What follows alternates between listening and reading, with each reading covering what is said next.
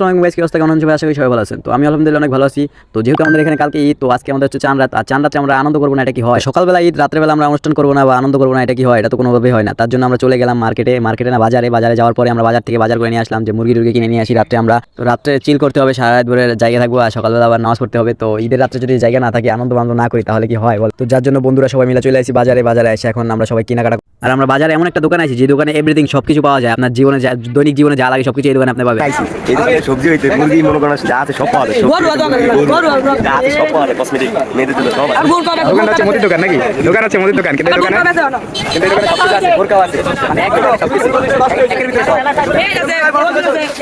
এইটা এমন একটা দোকান, এটার ভিতরে আপনি যা লাগবে, যাবতীয় যা লাগবে আপনার দৈনিক জীবনে যা প্রয়োজন হয় সবকিছু আপনি এই দোকানে পাবেন। এই দোকানে এমন কিছু নাই যে আপনি পাবেন না। এই দোকানে মুরগি হতে, মাছ হতে, মাংস হতে, যা আছে কসমেটিক, বোরকা, দৈনিক জীবনে A to Z সব পাবেন এই দোকানের ভিতরে। তো আপনার যদি লাগে আপনি অবশ্যই আইতে পারেন আমাদের চাঁদপুর এই দোকানে। আপনাদেরকে তো দেখাইলাম একের ভিতরে সবকিছু পাওয়া যায় এই দোকানে, মানে এমন কিছু নাই যে পাওয়া যায় না।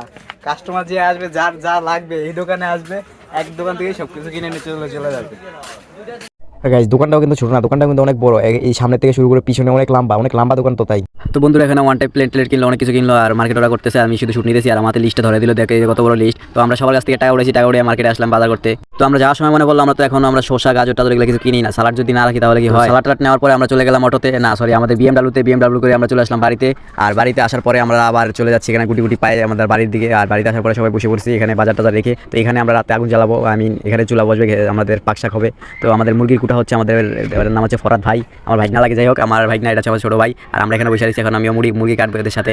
তো একা কাটতেছে, তার জন্য আমিও কাটলাম আমার সাথে মুরগি। আর মুরগি আমি যদিও কোনো সময় কাটি না, আমি মুরগি কাটতে পারি না, একদমই নতুন। আমার ধরার স্টাইল দেখলে আপনারা বুঝতে পারবেন যে আমি মুরগি কাটতে পারি না বা মুরগি চিলতেও পারি না। তো ফরাদে আমার থেকে অনেক ভালো পারে, তাই আমার থেকে অনেক আগেই চুইলা লাইছে বা কাইটা লাইছে। তো আমি শুধু চামড়াটা কোনো রকম করে চুইলাই থিয়া দিছি, আর কোনো কিছু করি না। তো রাতে যেহেতু অনুষ্ঠান, আর আমরা বক্স এখানে নিয়ে এসেছি। আমার ঘরে দুইটা বক্স ছিল, ঘরে একটা বক্স ছিল, আর এইদিকে ফরাদের দুইটা বক্স ছিল। তো আমরা তিনটা মোট বক্স নিয়ে আসলাম, আর এখানে লাইন লাগাইতেছি, যে রাতে অনুষ্ঠান করবো, আর বক্স টক্স না বাজালে তো হয় না। তার জন্য আমাদের ঘরে যা বক্স ছিল তাই নিয়েছি, আর বড় বক্স কোনো আনি না, আমাদের নিজের যে বক্স যা ছিল তাই নিয়ে আইছি।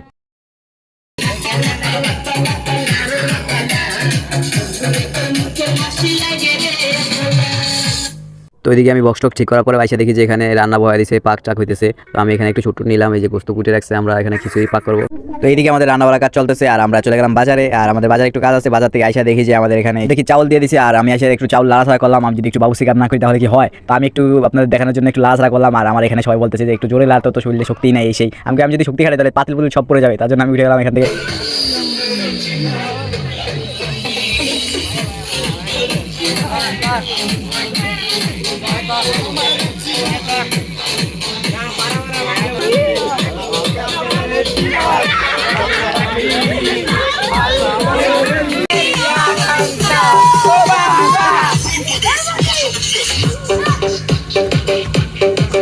ওই দিক আরো ওই দিকটা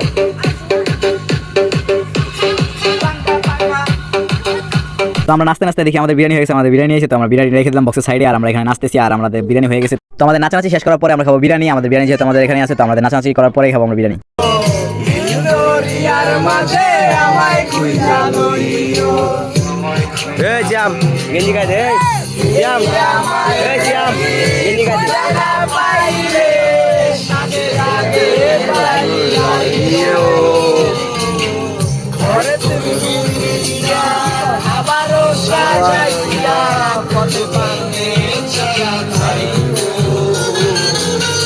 তোমার এই অশ্রু তুমি দেখায় না কাউরে, নিশিরাতে স্বপ্নে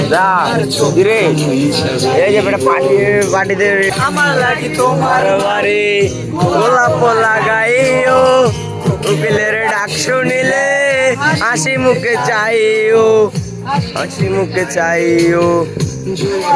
হইলে নদীর ধারে যাইও, আশের তারার মাঝে আমায় খুই জালইও, আমার আমি পরানো কারণ কইরো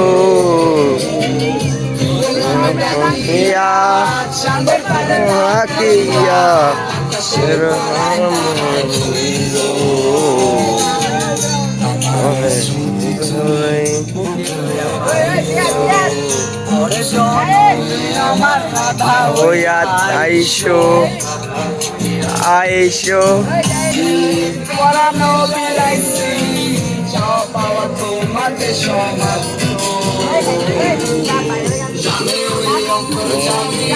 তুমি মোর কত দামি আমার শুধু তোমার ভক্ত।